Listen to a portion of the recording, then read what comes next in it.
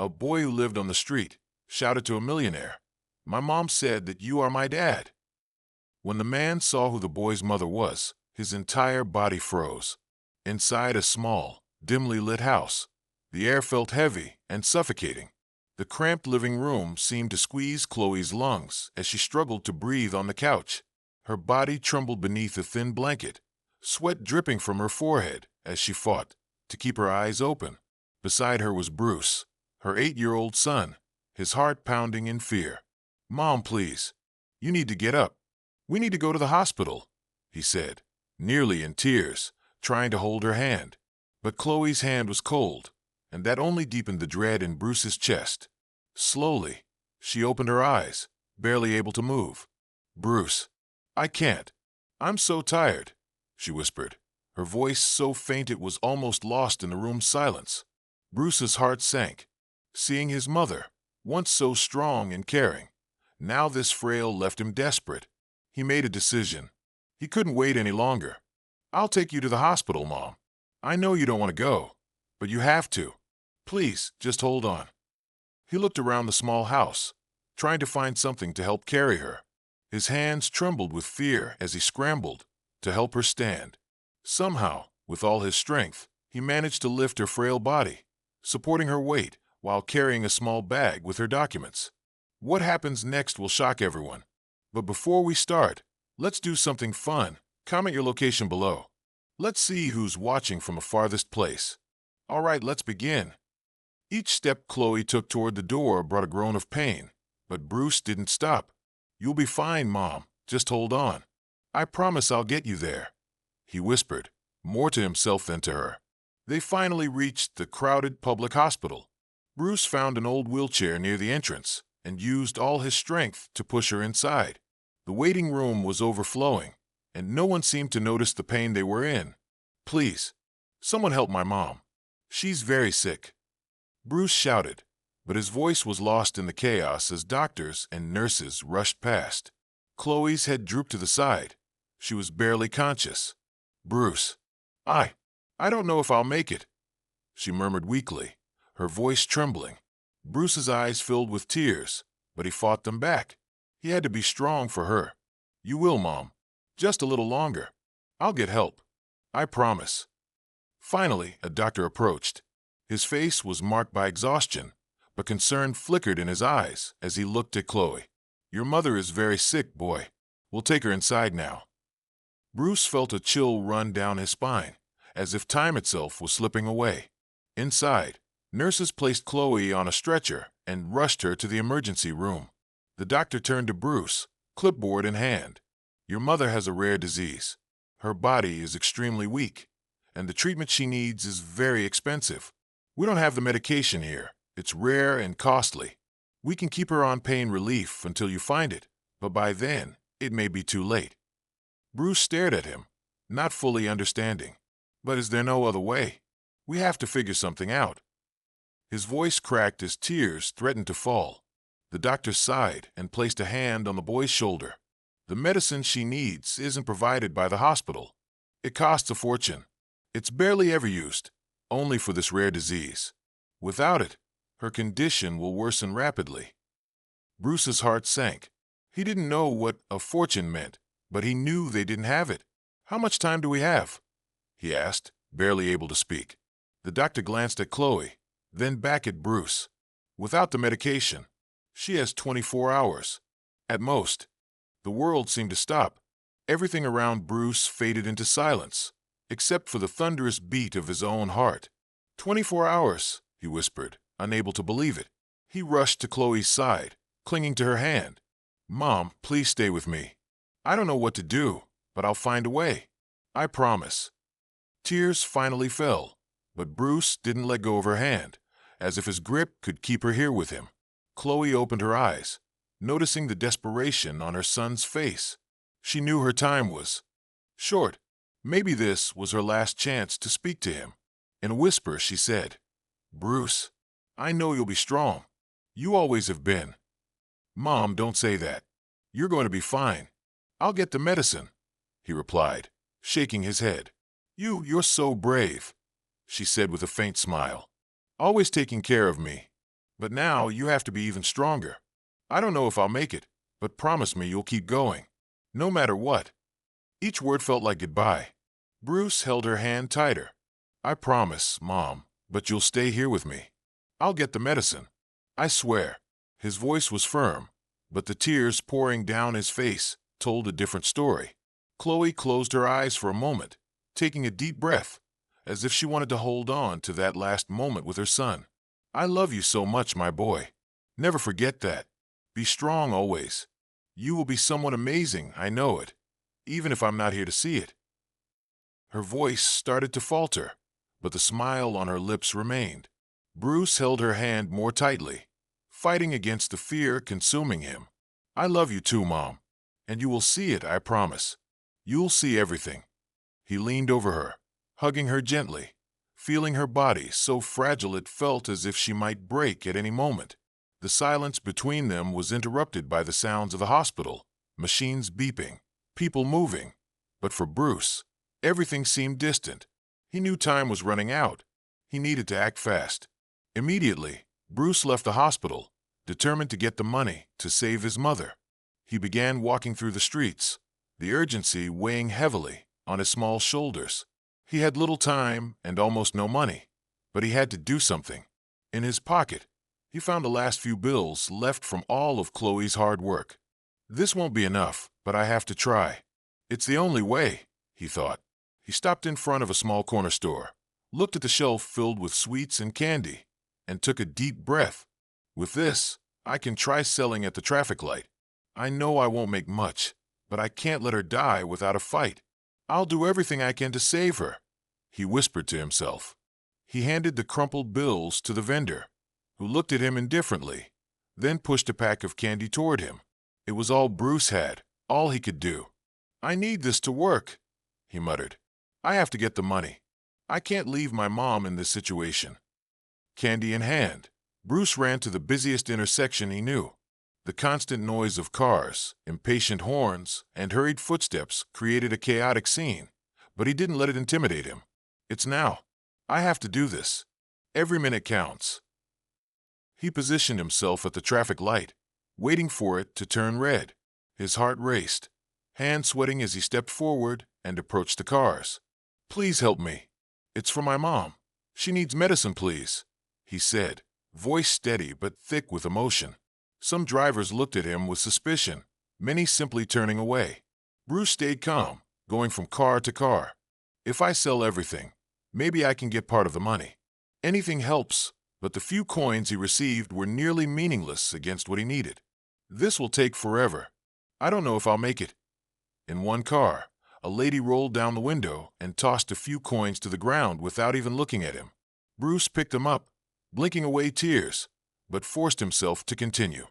"I can't give up now. If I stop, she'll have no chance." He ran to the next car, repeating the same plea. The responses were always the same, indifferent looks, windows rolling up quickly, or small change that barely filled his pocket. "Please, just a bit more. I need more." Then, something unusual happened. A woman, elegantly dressed, walked along the sidewalk near the traffic light. She looked to be about 30 years old, wearing a white blouse and a black skirt, her neatly styled hair swaying with each step. Bruce barely noticed her until she suddenly started to stumble. Her hand went straight to her chest. Time slowed as Bruce watched the woman, who he would later learn was named Rose, stagger. "What's happening?" he whispered, and saw her collapse. Without hesitation, Bruce dropped the candy on the curb and ran toward her. His heart pounded. Ma'am, are you okay?" he asked, kneeling beside her. Her elegant face contorted in pain, her breath faltering. She tried to speak, but her lips only trembled. "Please, ma'am, stay calm. I'm going to help you." He tried to sound confident, though the fear rising in his chest mirrored what he had felt watching his mother suffer. "It will be okay. Just keep breathing. I'll get help." Bruce looked around. No one seemed to notice. Why does no one stop? Why does no one help? He thought, panic building. The woman opened her eyes briefly, coughing, struggling to stay conscious. "Help, please," she murmured, her voice barely there. "I'll help you. I promise." Bruce quickly pulled out the old cell phone he'd kept to stay in touch with his mother and dialed the emergency number. "Please come quickly. There's a woman who's very ill. We're at the crossing near the traffic light. Hurry." His voice trembled with panic as he waited for the response. He held Rose's hand, just as he had held his mother's. The fear, the helplessness, it was all the same. "I just need you to hold on, okay? The ambulance is on the way. Everything will be fine." He wasn't sure whether he was comforting her or himself. The city kept moving around them, cars passing, people walking. But to Bruce, everything faded. "You'll be okay. You have to be," he whispered, torn between fear for the woman and the memory of his mother's fragile body back in the hospital. Finally, ambulance lights appeared in the distance. Bruce sighed in relief. "See, I told you they would come. Just a little longer." The woman coughed again, but this time, she managed to open her eyes. Bruce looked at her, her gaze filled with gratitude. "You didn't tell me your name," she said softly. "I'm Rose, but why? Why did you help me?" Her voice was weak but filled with curiosity. Bruce, tears in his eyes, answered quietly, "Because my mother is very sick, and I don't want anyone else to go through what I'm going through. I just thought, if someone saw her suffering on the street, they help her. At least, that's what I hope. It's the least anyone should do. By the way, my name is Bruce." He said it without expecting anything in return, only hoping that if his mother ever collapsed like that, someone would help her too. The ambulance came to a screeching stop beside them, and the paramedics quickly took charge. Bruce took a few steps back, watching as they placed Rose on the stretcher and checked her vital signs. "She'll be okay, right?" he asked, his voice trembling. One of the paramedics only gave a silent nod. Before being taken into the ambulance, Rose reached out and held Bruce's hand with a final burst of strength. Her eyes, now more alert, locked onto his. "You saved me, Bruce," she said. "What do you want in return?" Bruce looked at her, stunned. His heart was still racing, from the running, from the desperation, and above all, from the urgency to save his mother. But in that moment, despite everything, he couldn't ignore the woman before him who had just gone through a terrifying experience. Even though time was slipping away, something in his heart kept him from thinking only of himself. He took a step forward and replied, voice shaky, "I just want you to be okay. That's all. I can't let anyone die." Rose, still breathing with some difficulty, looked surprised and touched. She squeezed his hand gently. "You're a very special boy, Bruce," she whispered, trying to collect herself as the paramedics loaded her into the ambulance. Bruce, his heart heavy, climbed into the vehicle with her. "I'll go with you to the hospital. I need to make sure you're okay," he said. Even with the crushing urgency of saving his mother, he felt a deep need to see this through. He had made a silent promise to himself never to abandon anyone in need, and Rose would be no exception. Inside the ambulance, Bruce watched as the paramedics worked to stabilize her. Her face, which had shown such pain earlier, now looked a little more relaxed, though still pale. "Thank you, boy, but you don't need to stay," Rose said weakly. "I can see you're worried about something else." Bruce shook his head firmly. "I can't leave you like this. I'll find a way to sell the candy and save my mother after you're better, but I can't leave you alone. It wouldn't be the right thing to do." The ride to the hospital felt endless to Bruce.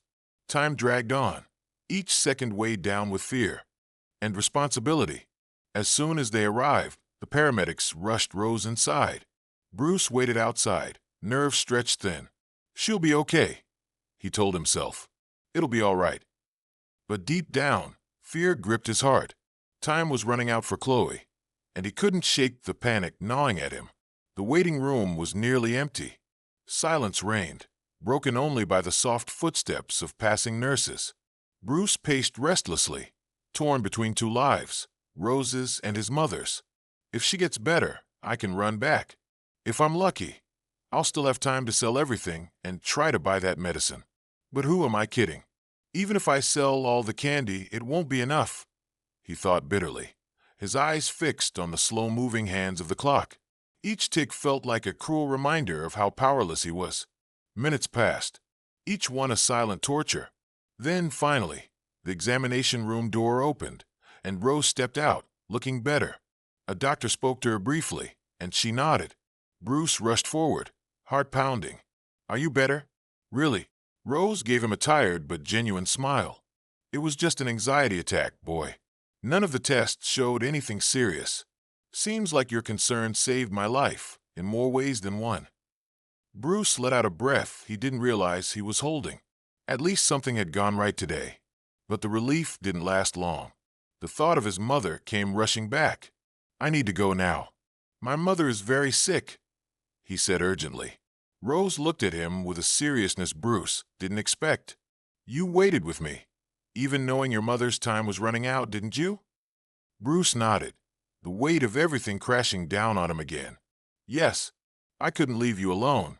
But my mother's medicine is very expensive," he admitted, his voice cracking.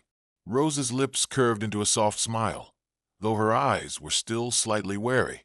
"Bruce, you have a very good heart. Now it's my turn to help. Don't worry about the cost. Let's go to the pharmacy. I'll buy your mother's medicine." A wave of emotion washed over Bruce, relief, gratitude, and still that edge of urgency. They walked quickly to the hospital pharmacy. While Rose spoke to the pharmacist and ordered the imported medicine, Bruce clutched the small bag of candy he'd tried to sell. Please let there still be time. Just a few more minutes. He prayed silently. Finally, the pharmacist handed over the medicine. Rose paid without hesitation and turned to Bruce, holding the box out to him. "Here you go, boy." Bruce took it in his trembling hands, eyes wide with disbelief and gratitude. "Thank you, truly, thank you, Miss Rose. One day, if God allows, I'll repay this medicine to you." "There's no need to repay me, Bruce. I helped you with all my heart. Now go. I hope your mother will be okay," she said gently. Bruce nodded, clutching the medicine to his chest. Without another word, he turned and began to run, his heart pounding with renewed hope. "Just a little longer, Mom. I'm coming." The words echoed in Bruce's mind as he tried to convince himself that he would make it in time. He knew every second counted, but for the first time, it felt like there was finally a chance. The streets blurred past him. His feet barely touched the ground as he ran with all his strength, clutching the medicine to his chest as if it were his own heart beating. "I will make it. I will make it," he kept whispering to himself. Sweat poured down his face, but he didn't feel tired. The thought of saving his mother pushed him forward, even when his legs screamed in pain. Finally, he reached the hospital where Chloe was. His knees almost buckled at the sight of the building, but he forced himself to keep going. Inside, Bruce flew down the hallways like a lightning bolt, his eyes locked on the path ahead. He just needed to get there in time. "Please, Mom, just a little longer. I'm coming." But as he neared her room, his heart froze. The sound of machines beeping frantically echoed through the corridor. "No, not now. Please." The ground seemed to vanish beneath his feet, but he pushed himself to take the final steps. He reached the door and burst in, only to see what he feared the most. Chloe was surrounded by nurses. The machines beat desperately. She was worse, far worse. Bruce's eyes filled with tears, but he held the medicine tightly. "I'm here, Mom. I'm here. I did it," he said, heartbroken. He stepped closer to her bed, holding the medicine as if it were a lifeline. The nurses moved swiftly, adjusting machines, while the beeping grew more erratic. "Please give it to her now," he pleaded, handing the bottle to the nearest doctor. The doctor glanced at Bruce, gauging the urgency. "You did well, boy. We'll try to save your mother." Quickly, the doctor prepared the medicine and injected it into Chloe's fore.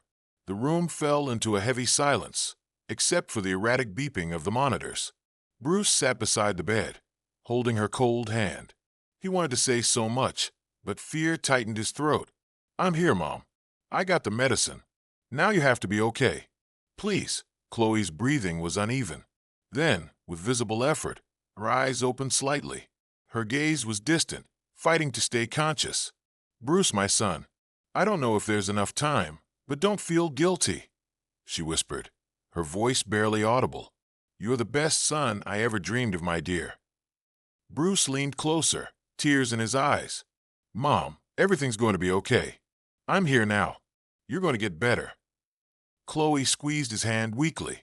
Her lips moved again, as if trying to say something important. I need to tell you something. I feel like I won't make it, my love. There's something about your father. The words hit Bruce like a shockwave. His mother had never spoken of his father, not once.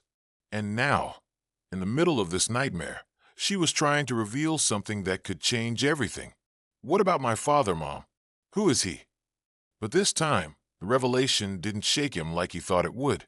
At that moment, all he wanted was for his mother to survive. Chloe took a deep breath, as if every word cost her a piece of her soul. There's the photo in my bag. Find it. Bruce searched quickly and found the photo among her documents. His hands trembled as he held it. This man is your father, she whispered, pointing to the image. Bruce stared at the photo, but his mind was elsewhere. Mom, not now. You need to rest. We'll talk later, when you're better. We'll have all the time in the world. But Chloe didn't respond. Her eyes slowly began to close. Her already weak breathing became even more labored. The monitor's beeping became erratic again. No. Mom, please stay with me. Bruce cried, gripping her hand tighter. Don't leave me now. I need you. But Chloe remained still. The room was filled with terrifying silence. The monitor's beeping grew softer, and then it all faded into an almost distant hum. The nurses exchanged nervous glances. One of them checked Chloe's vitals, while another tried to adjust the machines. Bruce couldn't hold back his tears anymore. He still held her hand, but the feeling of losing her became more real with every second. Mom, please come back. You can't leave me now, he whispered, his voice breaking into sobs. The doctor checked the monitor, then looked at Bruce with quiet sympathy. She's fallen into a coma, Bruce. I'm so sorry. The word shattered him. Coma. The word echoed like a death sentence. Coma? He repeated, almost not believing it. But I brought the medicine. Wasn't she supposed to get better? He stood up abruptly, looking at the doctor for hope, some reassurance. Anything. The doctor gently shook his head. She's very weak, Bruce. The medicine may have stabilized part of the illness, but her body, she's in a very delicate state. Now only time would tell. Bruce fell to his knees beside the bed, his hands still wrapped around his mother's. Mom, please come back. I can't do this alone. I need you, he begged, unable to process what was happening. Everything felt surreal, like a nightmare he couldn't wake up from. Time seemed to stop in the room. The nurses, realizing there was nothing more they could do for now, slowly began to leave, leaving Bruce and Chloe alone. The soft beeping of the monitors was the only sound filling the silence. Bruce stared at his mother's face, searching for any sign of life, any movement, but she remained still. Her fragile body seemed more distant with each passing second.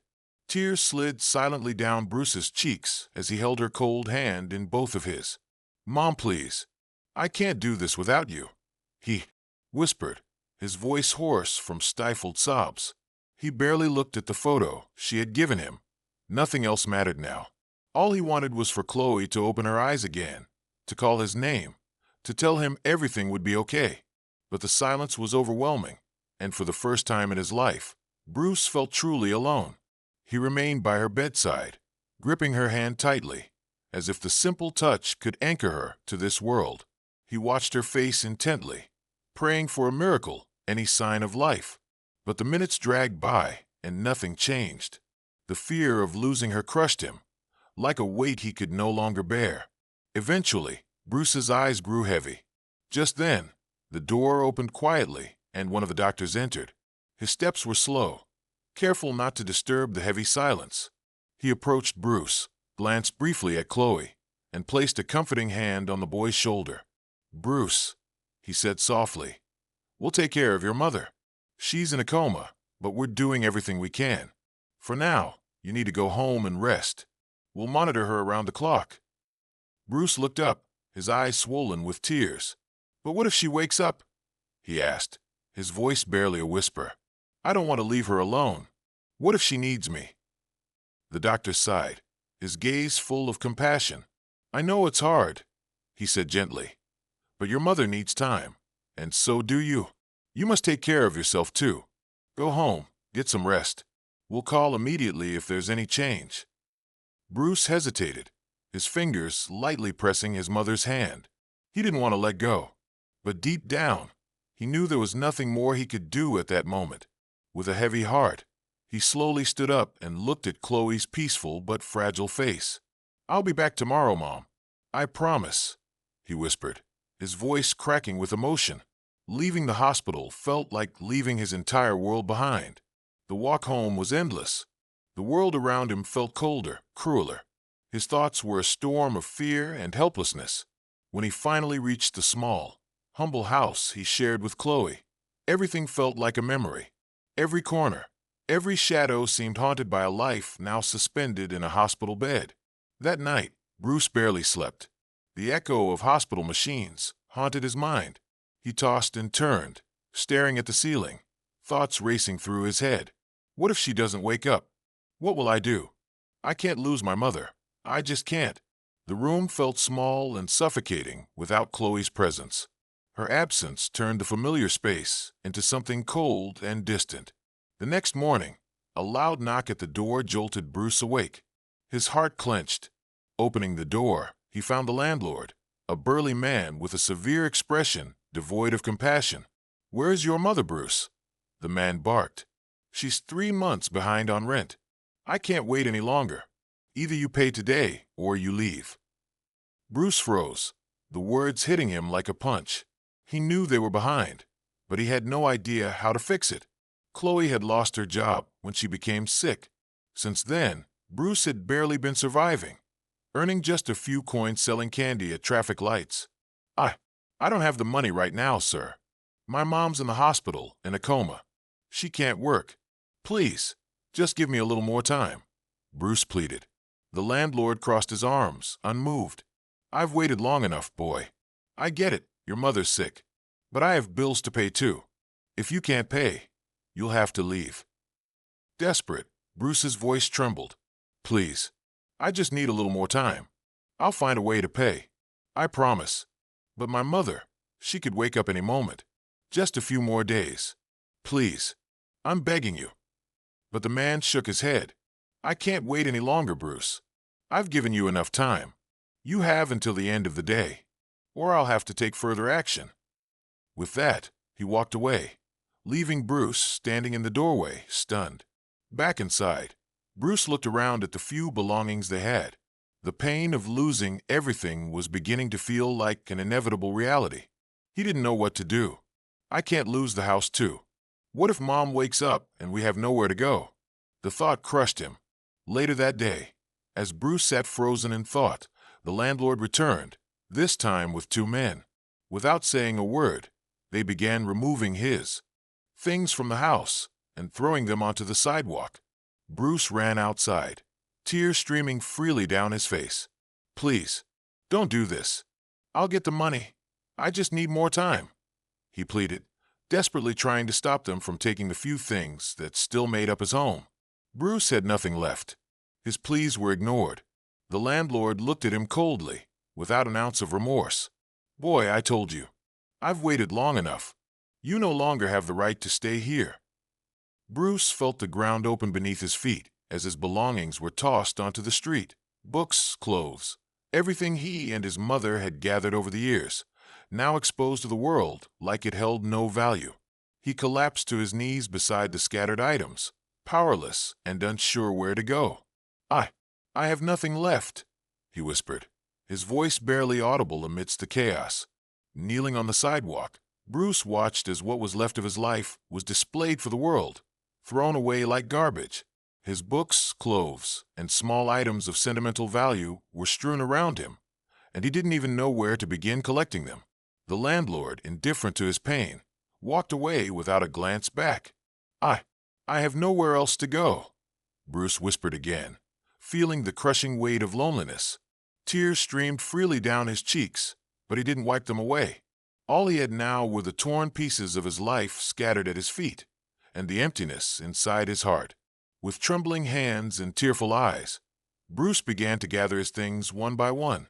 There wasn't much left, and everything he picked up felt even more insignificant now. Where will I sleep? How will I get back to the hospital? The questions kept repeating in his mind, and no answers came. Every movement was slow and painful. Emotional and physical exhaustion were overtaking him. He shoved what little he could into his school backpack, which now seemed far too small to carry the weight of his collapsing world. Among the items, his fingers found a crumpled photo. The man his mother once said was his father. He picked it up slowly, almost reverently. "Who are you? Why am I only finding out about you now?" He stared at the face in the photo, but couldn't focus on it long. The weight of his current reality was heavier than the mystery it held. He tucked the photo into the bottom of his bag, silently hoping for a safer, more stable moment, a moment he knew might never come. After packing what he could, Bruce looked around. The hospital was a few blocks away. If I stay nearby, maybe I'll know if anything changes with Mom. I need to be close to her. I don't have a home anymore anyway. The thought tightened his chest, but the determination to be near Chloe pushed him forward. Night had begun to fall by the time Bruce reached a small park near the hospital. It was quiet except for the distant hum of cars and the soft glow of streetlights casting long shadows across empty benches. He looked around, searching for somewhere to shelter. "It's just for tonight, just until I've figured something out," he told himself. He approached one of the benches and sat down, placing his backpack beside him. The cold seeped into his bones almost instantly. Bruce curled up, hugging his knees. "I just need to make it through this night. Just one night." He looked up. The sky was beginning to cloud over. A chilly wind whispered through the trees. His stomach growled, echoing the emptiness gnawing at his soul. "I have to be strong for her. Mom needs me. I need to stay close." He kept repeating it in his mind, convincing himself that things would get better. But the night was harsh. The concrete bench was unforgiving, and the darkness felt more suffocating than peaceful. Bruce pulled his backpack close like an improvised pillow and lay down, curling up as the cold wrapped tighter around him. What if I don't wake up in time? What if something happens to Mom while I'm out here? The guilt gnawed at him, but he had no other choice. No home, no money, no help. He was completely alone. Minutes passed. The cold grew sharper, relentless. Bruce shivered, the thin shirt he wore doing nothing to shield him. He looked toward the hospital in the distance, the lights still glowing faintly. "I promised I'd take care of you, Mom," he whispered. "I'll be here when you wake up." The words hurt as they left him. He felt exhaustion finally take over, his mind and body drained. His eyes grew heavy, and sleep came, not as peace, but as surrender. But it didn't last long. A loud sound startled him, the heavy patter of raindrops hitting concrete. He blinked, then felt it, a cold droplet splashing against his cheek. "No, not now," Bruce murmured, sitting up quickly as the drizzle turned into a downpour. He scrambled to shield his backpack, clutching it tightly as water began to soak everything, his clothes, his shoes, even the last bits of his belongings. The park was deserted. No place to hide. The rain pounded harder, chilling him to the bone. "My God, please help me. I don't know what else to do. Please save my mother and me." He prayed through chattering teeth, the desperation swelling inside him like a storm. His clothes clung to him, his hair dripped, and the cold bit deeper with every second. But Bruce didn't move. He stayed close, because his mother needed him. And even if the world had turned its back on him, he wouldn't turn his back on her. Not now. Not ever. He tried to run to a nearby tree, seeking shelter, but it was useless. The rain poured down relentlessly, soaking the ground around him and leaving him even more vulnerable. Bruce sat under the tree, hugging his backpack to his chest, trying to shield his belongings from the downpour. "I just want this nightmare to end. Why is everything going so wrong?" he thought, feeling tears rise in his throat once more. The wind blew fiercely, and the cold seemed to cut through his skin like blades. Bruce didn't know how much longer he could endure the situation. The sleep that had previously consumed him was now impossible. It had been replaced by tormented wakefulness and the constant sound of rain falling around him. "I just wanted to be at home, or with my mom. I just wanted things to be different." As the water trickled down his skin, wetting the ground and soaking his few belongings, Bruce felt more fragile than ever. The dark sky above mirrored his despair, and his only company was the storm that showed no sign of easing. The rain continued to pour, and each drop seemed to weigh heavier on Bruce's shoulders. He was soaked, shivering, and struggling to keep his backpack dry. His teeth chattered, and the wind lashed at his skin like tiny knives. The feeling of abandonment and hopelessness consumed him. I can't keep going like this. If I stay here, I won't make it through the night. The thought jolted him back to reality. He needed to find shelter, fast. His gaze shifted to the hospital in the distance, its windows glowing through the rain. Maybe they'll let me stay inside for a while, he thought, his body already weakened, but driven by the will to survive. With difficulty, Bruce stood and clutched his backpack tightly to his chest. His legs felt like lead, his body aching from cold and exhaustion, but he had no other choice. Step by step, he walked toward the hospital. The rain slapped his face, his clothes clinging to him like a second skin. I need to stay there, even just until morning. I need to take care of Mom. I can't get sick either. When he finally reached the hospital entrance, Bruce hesitated. He knew he wasn't supposed to be there to sleep, but his need outweighed the rules. He slipped quietly through the revolving door and glanced around. The waiting room was almost empty, save for a few people waiting to be seen. No one seemed to notice him, which, in a way, was a relief. He tried to blend in, shrinking into a chair in the corner, holding his backpack close. Bruce sat on the hard seat, staring at the floor, his thoughts tangled in despair and exhaustion. I just need to rest a bit. If I close my eyes for a few minutes, maybe I'll feel better. The room was cold, but it was still better than being out in the storm. He leaned back, his eyelids growing heavier as the distant hum of hospital sounds wrapped around him. But even in his attempt to hide, Bruce did not go unnoticed. A nurse walking down the hallway paused when she noticed the boy sitting alone, soaked to the bone, clinging to his backpack. She frowned, clearly concerned. This boy has been here for a while. He shouldn't be here like this. Could he be lost? But visiting hours have already passed. She approached Bruce carefully and stopped beside his chair. "Hey kid, are you okay?" she asked softly. Bruce, already on the edge of sleep, barely registered her voice. "Do you need help?" the nurse pressed gently, now kneeling beside him. Bruce slowly lifted his eyes, noticing her for the first time. I just need a place to stay. My mom's in the hospital, and I don't have anywhere to sleep," he whispered, his voice weak and choked with emotion. Simply admitting the truth hurt more than he imagined. The nurse glanced around, clearly torn. She couldn't leave him there, exposed and vulnerable. But hospital rules were strict. "I can't leave him here, but maybe I can do something," she thought. "Follow me, but stay quiet, okay? I'll help you find a place to rest, but no one can know." Bruce stared at her, surprised, and nodded gratefully. He couldn't speak, but the look in his eyes said it all. The nurse stood and motioned for him to follow. They moved through the halls quietly, avoiding attention in busy areas. Bruce walked in silence, his body still tense, but his heart beat a little steadier. At least for now, he had found a place to stay. They reached a small storage room at the back of the hospital. The nurse opened the door carefully, revealing a cramped space filled with medical supplies and stacked boxes. It wasn't comfortable, but it was dry, quiet, and hidden. "You can sleep here tonight. No one usually comes to this room at this hour," she whispered. "But you need to leave before the morning shift starts." Bruce looked around, immense relief washing over him. He let out a shaky sigh and sat on the floor, leaning against the boxes. "Thank you, really. I didn't know what I was going to do." His words came out full of emotion. The nurse smiled gently.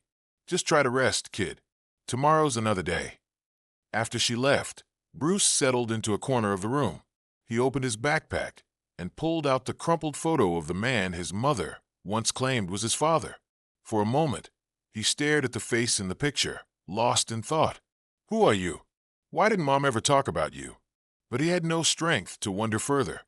With a sigh, he tucked the photo back into his bag.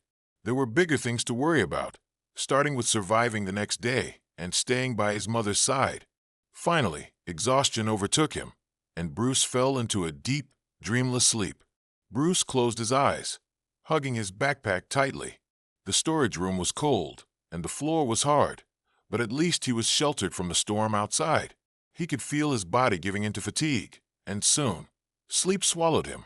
Some time later, during a routine round, a nurse passed by the hallway where the storage room was located. Noticing that the door was slightly ajar, he paused. It was unusual to see the door open. It was usually kept locked. With a curious look, he peeked inside, his flashlight illuminating the small space. That's when he saw Bruce lying on the cold floor, clutching his backpack and sleeping deeply. The nurse frowned, surprised to see a child there. It seemed obvious that this was a street boy who had snuck into the hospital seeking shelter. How did he manage to get in here? The nurse thought, still perplexed. The boy was completely soaked, his clothes sticking to his body, and he looked fragile. The nurse hesitated for a moment, but soon his concern for the hospital's rules prevailed. This isn't right. Someone needs to know about this. Without wanting to wake Bruce immediately, the nurse carefully closed the storage room door and headed to the administration office. He knew that in situations like this, the hospital's social services should be notified. Walking quickly through the hallways, he arrived at the office and found a middle-aged social worker organizing some paperwork. "We need you in the supply room," the nurse said in a low but urgent voice. The social worker looked up, surprised. "Why? What's going on in there?" she asked, setting the papers down. "I found a child sleeping in there. He looks like a street kid, completely soaked, and he shouldn't be there. I think he snuck in," the nurse replied, crossing his arms. The social worker immediately became alert. A child sleeping in the storage room? This was serious. She grabbed her clipboard and followed the nurse down the hall. "He must have sneaked into the hospital to escape the rain. We need to see what's going on," she said, urging the nurse to show her to the child. When they reached the storage room, the nurse carefully opened the door. There was Bruce, still asleep, clutching his backpack as if it were the only thing connecting him to the world. The social worker watched the boy for a few seconds, her expression hardening. Then, Bruce woke up with a start. His eyes were wide, and his body still tensed from exhaustion and fear. He looked at the social worker and the nurse with confusion. "What's happening?" he asked, his voice weak and still sleepy. He quickly stood up, holding his backpack tightly to his chest, as if preparing to be thrown out. The social worker looked at Bruce with a stern expression. She was eager to deal with what she saw as just another situation to resolve quickly. She had no time for pity, and even less for delays. "Kid, you can't stay here in the hospital. This isn't a shelter, and we can't allow you to wander around unsupervised." Bruce, clutching his backpack tightly, felt a wave of despair rise within him. The idea of being taken away from his mother, of being left in a strange place, terrified him. "Please, I need to stay here. My mom's in a coma, and I don't have anyone else. I just want to be near her," he begged, his voice trembling. The social worker crossed her arms, indifferent. "Your mother is in a coma, and no one knows if or when she'll wake up. And even if she does, you can't keep living alone like this. It's not safe, and it's not legal. We'll take you to an orphanage, where you'll have care and be monitored." The word orphanage made Bruce's blood run cold. Orphanage. It sounded like a sentence, like he was being thrown into a place with no hope of return. He repeated the word, his voice trembling and incredulous. Orphanage. Stories about these places came to mind, forgotten. Isolated children waiting for parents who never came. "No, I can't go to an orphanage," Bruce whispered, shaking his head. "My mom could wake up, and if I'm not here when that happens, I can't leave her alone." He was almost shouting, desperation filling every word. The social worker shook her head, unyielding. "This isn't up to you, Bruce. There are no other options. You can't live on the streets, and the hospital isn't a place for a child. In the orphanage, you'll have a place to sleep, food to eat, and maybe you could even be adopted." The word adopted sent an even deeper chill through Bruce's spine. Adopted. His heart sank. He didn't want to be adopted by another family. He had a mother. He had someone who loved him, even if she was in a coma. "I don't want to be adopted. I have a mom. She'll wake up. I need to be here for her," he insisted, tears streaming down his face. "If I go to the orphanage, I'll never see her again. I'll lose my mom forever. The nurse accompanying the social worker stepped forward, trying to approach Bruce. Come on, kid. This isn't helping. It'll be better for you there. You need someone to take care of you. And at the orphanage, you'll have that. But Bruce didn't see the situation that way. All he heard was that they were going to separate him from his mother, the only person he had in the world. I don't want this. I don't want to go there, he thought. And every second the idea of being locked away in an orphanage with strangers while his mother lay in a hospital bed felt more cruel and desperate. I'll lose my mom if I go to that place, and I'll be there alone. Who will care about me? No one will want to adopt me. And even if they did, I don't want another family. Bruce's mind raced, fear consuming him completely. Every word from the social worker sounded like an exiled sentence. Not knowing what else to do and feeling despair tighten his chest, Bruce acted on instinct. He glanced quickly down the hallway behind him, calculating his chances. I'm not going to let them take me. I need to run. I need to find a way to stay close to my mom, Bruce thought. Without further hesitation, he yanked himself free from the nurse and bolted down the hospital corridors, his quick footsteps echoing against the walls. Hey, come back here, the social worker shouted, but Bruce didn't look back.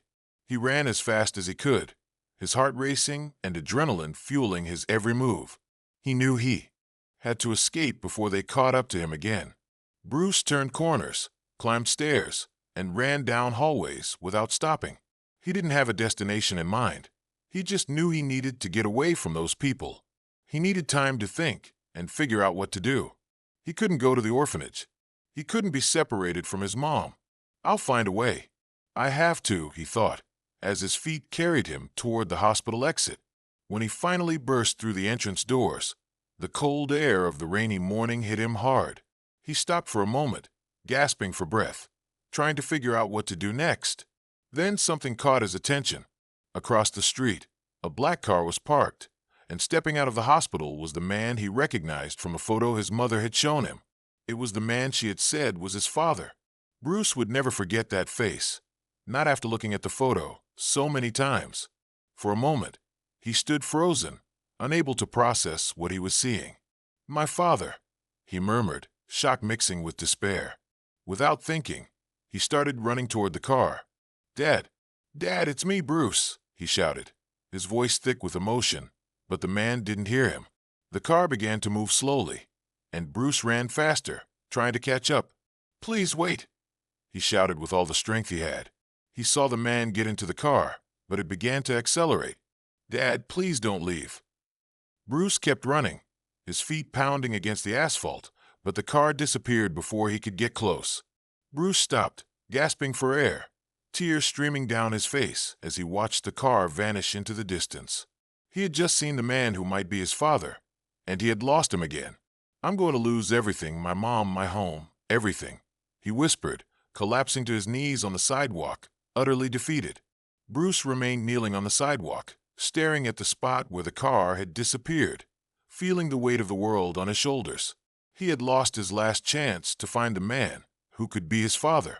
Tears streamed down his face, mingling with the intermittent rain still falling. Then, a woman passing by with an elegant umbrella paused for a moment and looked at Bruce. Her expression, initially curious, quickly turned to one of recognition. Were you calling that man your father? She asked, a mix of surprise and disbelief in her tone. Bruce lifted his face, quickly wiping his tears with the back of his hand, but he said nothing. He felt ashamed, afraid of once again not being taken seriously. The woman, however, seemed intrigued. That man was Jimmy. You know who Jimmy is, don't you?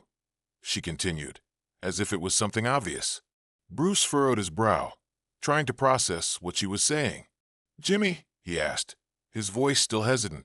The woman gave a small, bitter smile, as if surprised by Bruce's ignorance. Yes, Jimmy. He's one of the wealthiest men in this city. He's always in the news. I recently read that he has a big meeting today at one of the luxury restaurants in the mall nearby. He's finalizing some major investments in the region. But what were you doing, calling him your father? You're a street kid. How could you be the son of a man as rich as him? Her tone was more mocking than curious. Bruce felt his stomach churn at her words. I, I think he's my father, he confessed, the words coming out slowly as if they weighed a ton. My mom showed me a picture of him before she fell into a coma. She said he's my father. His words sounded weak, lacking enough conviction to make the woman believe him. The woman looked at him for a moment, then shook her head as if dealing with something absurd. You think a man like Jimmy would have a son like you wandering the streets? Don't be ridiculous, she said, giving a cold laugh. Let's imagine for a moment that what you're saying is true, which is absurd. But if you want a tip, the mall where he's having his meeting is just up ahead. But honestly, I don't know what you expect to accomplish by going there. He's in another world, boy. Despite his aching heart, Bruce felt a spark of hope ignite within him. This was it, his chance. It was his chance to see Jimmy again, to try to prove he was his son, to ask for help for his mom. He stood up, ignoring the woman's condescending look, and started walking toward the mall, determined. I need to see him again. I have to try. When he reached the mall, Bruce stopped in front of a large, brightly lit entrance. He was completely dirty and soaked from the rain, his clothes clinging to his body. He felt that everyone passing by looked at him with disgust. He knew he didn't belong there, but he had no other choice. With his backpack on his back and his heart pounding, he took a deep breath and entered. The contrast was immense. The floor gleamed, the air was fresh and scented, and the shop windows sparkled with items Bruce could never dream of owning. He walked past people, his gaze fixed ahead, ignoring the looks of disdain he received from all sides. I need to find the restaurant where Jimmy is. I have to talk to him. Maybe he doesn't know I exist, he thought, trying to ignore the growing sense that something was going to go wrong. But before he could get close to the restaurant he was looking for, 2 security guards appeared in front of him, staring at him with suspicion. Hey kid, what are you doing here? One of them asked, approaching quickly. Bruce instinctively took a step back, feeling panic start to take hold. I'm just looking for someone, he stammered. Bruce tried to explain, but the guards didn't seem interested in listening. Suspicious, minor, dirty, probably here to steal something. One guard murmured to the other, casting a look of utter disdain at Bruce. You shouldn't be here. Turn around and leave before you cause any trouble, the second guard said, stepping closer to him. Bruce's heart raced even faster. No, I just need to talk to my dad. He's here. I know he's here. His name is Jimmy. He dodged the guards and tried to rush toward the restaurant, but they were quicker. Your dad? Don't make me laugh, kid. One of the guards scoffed, gripping his arm. Nobody here is going to help you now. Get out. As Bruce struggled to break free, a woman passing by suddenly started shouting. He tried to steal from me. That dirty kid tried to rob me, she yelled, and the false accusation echoed through the mall like a bomb. People stopped, turning, their looks filled with contempt and shock toward Bruce. I didn't do anything. Bruce protested, trying to defend himself, but the weight of humiliation pressed down on him. I just want to find my dad. His name is Jimmy. Heck, a businessman, he yelled, but no one seemed to really hear him. Laughter began to ripple through the crowd, and the disdainful glances around him felt suffocating. Look at that. The kid thinks a millionaire's his dad. Someone mocked from afar, followed by more laughs. That's pathetic, said another voice. As Bruce desperately tried to break free, the guards didn't waste any time. They gripped him harder and dragged him toward the exit, ignoring his protests. Please, you don't understand. He's my dad. I just need to talk to him. Bruce tried to explain, but it was as if his words vanished into thin air. To everyone there, he was just a street kid causing trouble. When the guards finally threw him out into the cold, wet street, Bruce fell to the ground, feeling the sting in his hands and knees. But what hurt most was the humiliation. He looked down at the ground around him as the rain poured down harder, soaking his clothes even more. Then something even worse happened. In the scuffle, the backpack he had clutched so tightly had torn, along with his clothes, and the photo of his father, his only proof, fell to the ground and was carried away by the rainwater. Desperate, Bruce reached out to grab the photo before it was too late. No, the photo. I can't lose this. He scrambled on the ground, but it was already slipping toward a storm drain. Bruce threw himself down, trying to grab the photo as it was swept along by the rain toward the drain. "No, I can't lose this," he shouted in desperation, his fingers scraping against the wet pavement as the photo slid further away. He crawled across the cold ground, his knees and hands aching, but his mind was focused on one thing: saving that photo before it was too late. For a second, it seemed all was lost. The photo was already at the edge of the drain, the water pushing it closer. But before Bruce could reach it, a hand appeared, swift and steady, grabbing the photo before it disappeared. "Is this what you were looking for?" The voice belonged to a man passing by on the street, sheltered by a raincoat. Bruce, still on his knees and soaked, looked up at the man in surprise. He couldn't believe the photo had been saved at the last second. His eyes filled with relief and gratitude. "Yes, thank you. Thank you so much," Bruce exclaimed, carefully taking the photo, as if it were the most precious thing in the world. He looked at Jimmy's image, now slightly crumpled and wet but still recognizable. "I thought I'd lost it forever," Bruce whispered. The man, curious, raised an eyebrow. "Why do you have a photo of Jimmy?" "I know him. He's a well-known businessman, but I don't see many kids walking around with photos of millionaires," the man said. Bruce hesitated, clutching the photo to his chest. He knew telling the truth often drew skeptical looks, but he needed to find Jimmy no matter what.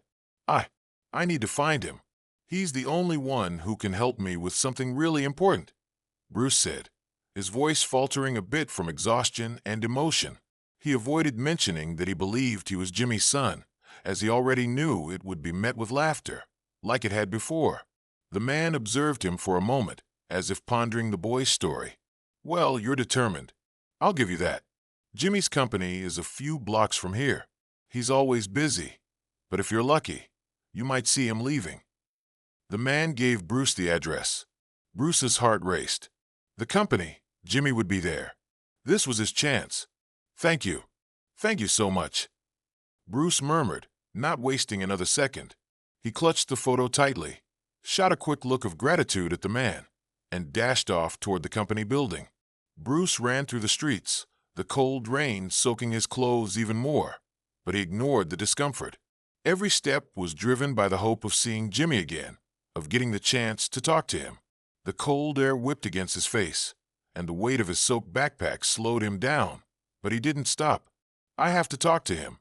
This is my chance," he thought, determined. When he finally arrived in front of Jimmy's company, the imposing reality of the building hit him. It was an enormous structure with automatic glass doors and guards patrolling the entrance. It looked distant, inaccessible, to a boy who was dirty with torn clothes and soaking wet. Bruce stood still for a moment, watching the entrance, unsure of how he would get inside. He walked toward the door, but hesitated when he saw the guards. He couldn't simply walk in. They wouldn't let him. Bruce took a deep breath and decided to wait. He stayed near the entrance, hiding as best as he could, watching the luxury cars coming and going, hoping to catch sight of Jimmy. Time dragged by, and each passing minute felt like torture for Bruce. His stomach began to ache with hunger. He hadn't eaten in so long, and the pain was becoming unbearable. He looked at the people entering and leaving, all in a hurry, all indifferent to him. "I can't give up. I have to wait. He'll come out at some point," he thought, trying to ignore the discomfort. Afternoon turned into evening, and Bruce stayed there in the rain, hidden, exhausted, but still hopeful. Finally, as night began to fall, he noticed unusual activity at the entrance. Several well-dressed men left the company, talking among themselves, and in the middle of the group, there he was, Jimmy, surrounded by security and executives. Jimmy seemed untouchable, a distant figure, oblivious to the chaos in Bruce's life. Bruce's heart raced. He couldn't miss this opportunity. With the last of his strength, he stood up and ran toward the group. The guards, noticing his approach, almost immediately shouted, "Hey kid, stop right there." One of the guards prepared to intercept him, but Bruce didn't stop. He broke through the guards' blockade with a desperate shout. "You're my father. Jimmy, my mom said you're my dad." Bruce's shortcut through the cold, damp air of the lobby like a knife. The group of executives around him fell silent instantly, exchanging bewildered looks, unsure of what was happening. Jimmy turned slowly, shock etched across his face. His eyes searched for the boy in the middle of the commotion. Bruce, with his soaked clothes and Jimmy's photo raised in one hand, stood out as a fragile, vulnerable figure amidst the opulence. His eyes, bright with barely contained tears, stared at Jimmy with a mix of pleading and hope. He can't just ignore me, Bruce thought, his heart pounding wildly in his chest. Hey, kid, stop right there, one of the guards shouted, stepping toward Bruce quickly, trying to stop what he saw as an intrusion. The guards, ready to maintain order, were prepared to act. You can't do this, one of the men muttered, gripping Bruce's arm firmly. Come on, get out of here. Bruce struggled to break free, his small hand still clutching the photo he was desperately trying to show. Please, I just want to talk to him, Bruce cried, his voice shaky but resolute. He knew this was his last chance. My mom told me. She showed me this photo. He's my father. The pain in Bruce's voice was so palpable that even some of the executives around Jimmy seemed to hesitate, looking at the businessman, awaiting his reaction. Jimmy remained paralyzed, shock preventing him from speaking. He recognized that photo. It was from years ago, a time he thought he had left behind. A chill ran down his spine, as if the past were coming back to haunt him in an unavoidable way. But Bruce's desperate voice brought him back to the present. This can't be true, can it? This beggar can't be my son, or can he? He thought, struggling to process it all at once. Before Jimmy could say anything, the security guard started dragging Bruce away. Let him go, boy. You cannot be here yelling like that. We're taking you outside. Their tone was harsh and unforgiving, and Bruce felt his desperation growing. He tried to break free again, and then, in a moment of pure courage, held up the photo to Jimmy, shouting with all his remaining strength, here. Look at this. Look at the photo. Jimmy took a step forward, his hands trembling with uncertainty. Let me see that, he finally said, his voice rough and slow, as if every word took immense effort. The security guards hesitated, letting Bruce go, and he immediately approached Jimmy, handing him the photo with shaking hands. His eyes, filled with hope, never left the face of the man in front of him. Please believe me, he thought, his mind exhausted from so many struggles. Jimmy took the photo carefully, almost as if it were something that could crumble at his touch. He looked at the image, and suddenly, the world around him seemed to shrink. It was him. The photo was real. This boy standing there, soaked in rain, had a photo he had given to someone long ago. He knew this photo. It was from a time he had tried to forget, a time full of complications, a time before his current life, before his company, before Rose, before Jimmy could process the flood of feelings that overtook him. A familiar voice echoed through the hall. What is going on here? I heard this boy say he is your son, Rose asked, and Jimmy turned to his wife, who was quickly approaching. Her face was filled with worry, and her voice held a growing tone of irritation. She had just arrived, but something about the scene seemed undeniably wrong. Rose's eyes moved quickly from Jimmy to Bruce, confused and alert. When she finally grasped what was happening, her expression changed dramatically. She recognized the boy immediately. Wait, you? I know you, Rose said, with a mixture of surprise and anger. You are the boy from the traffic light, right? The one who helped me. She turned to Jimmy, shock on her face, then back to Bruce. The anger began to build in her chest. What is happening here? Why is this boy saying you are his father? Rose demanded, stepping closer to her husband, her eyes flashing with a mixture of disbelief and growing fury. How is this possible? How could you hide this from me? She asked, her tone full of accusation. Jimmy finally managed to look away from the photo and meet Rose's gaze. His mind still struggled to find the right words, but the weight of everything happening was overwhelming him. He knew the truth was surfacing, and there was no escape.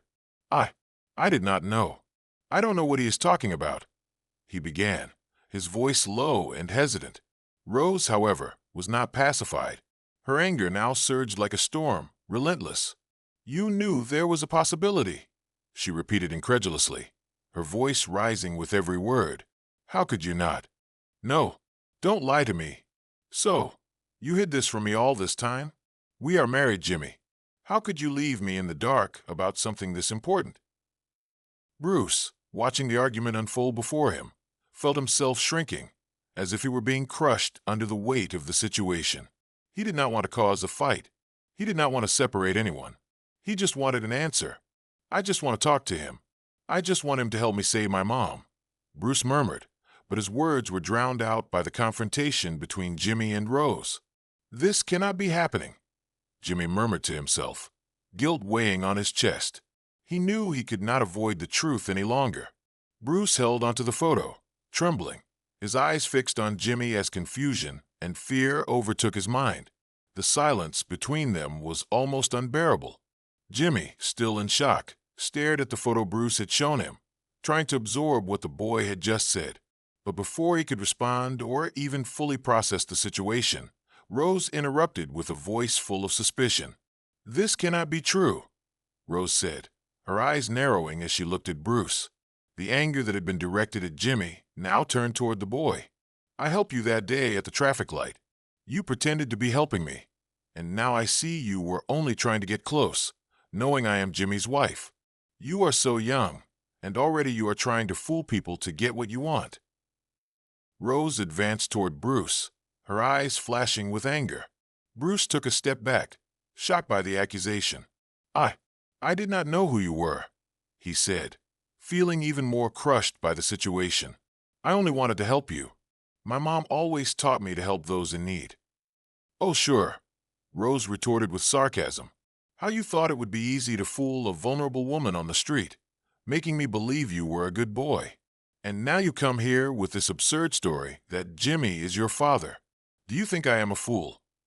Her voice was filled with scorn, and she moved closer, accusatory. Bruce felt a lump forming in his throat. He did not want the situation to turn into a fight, much less wanted Rose to think he had planned something so terrible. I was not trying to fool anyone. I just wanted to help you that day. I just need help to save my mom," he said, his voice breaking at the end, the despair growing as he saw that once again, no one believed him. Rose shot a quick, angry look at Jimmy. "And what do you have to say about this? The boy is here shouting that he is your son, showing a photo. How would he have this photo of yours, Jimmy? How would he know all of this if there wasn't some truth behind it?" Rose's expression mixed anger with a touch of doubt. She did not want to believe it, but the photo was real. Jimmy, who had been lost in his own thoughts until then, finally broke the silence.